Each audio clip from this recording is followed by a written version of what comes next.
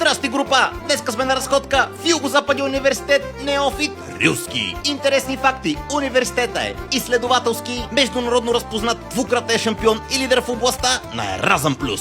Тук учат над 6000 души, четвърти по големина в страната. Имат страхотна база, 9 факултета и бив студент в лицето на Гого. Дръж се мъжкия и прибирай сълзите. Почваме разходчица. Още в началото проблем. Гого се отепа по стълбите и трябваше помощ. Първа спирка – катедра здравни грижи. Влезнахме в първия кабинет, ама май бехме объркали. Попаднахме при акушерките. Гого веднага се възстанови, аз погледах малко процеса, вдигнах кръвно и се наложи да ме лекуват. Качиха ме в горния кабинет, а посрещането беше 300 жени и един късметлия. Седнах да ми вземат кръв, ама беха объркали ръката. Веднага оприхме тая грешка, поднахаме си глата и си припаднах. Служиха ме да седна, изкараха ми акъла, тъмън се бех разбегал, ама пристигна храната. Група през това време го намери медицинските сестри. Страхотни професионалисти. Тук каквото и да кажем, ще е малко.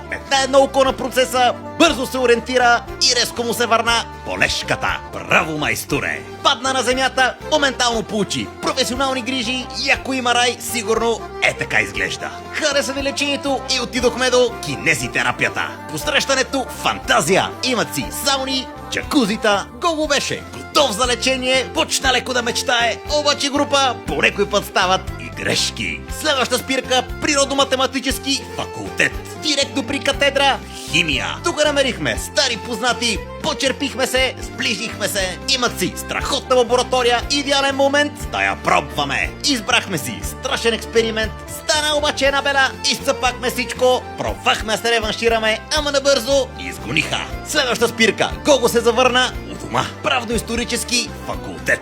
5 години обучение се оказаха най-трудните 9 за Гого. Спомените нахуха и решихме да идем на по-лесното. Китайски. Тук почнахме много по-добре. Гого веднага фана буквите, дигна ръка да покаже наученото и решихме, че е най-добър да посреща нови студенти и да свети като се стъмни. Бързо кафенце в Бонтон и отиваме в факултета по изкуства. Вижте само за какво става въпрос. Хореография, мода, актьорско майсторство, страхотен театър, кино, операторство и разбира се танци. Погледахме малко, решихме да се включим и веднага се слехме с ансамбъла. Следваща спирка – начално училищна педагогика. Модерна работа и много важна. Тук се подготвяме да подготвяме младежите. Последна спирка – техническия факултет. Тук положението беше много сериозно, кипеше усилен труд, а по едно време изкараха и роботи. Опитахме ги управляваме, не стана. Опитахме да ги скараме, не стана. Затова ние станахме и отидехме да обедваме. Чао, група, и до нови срещи!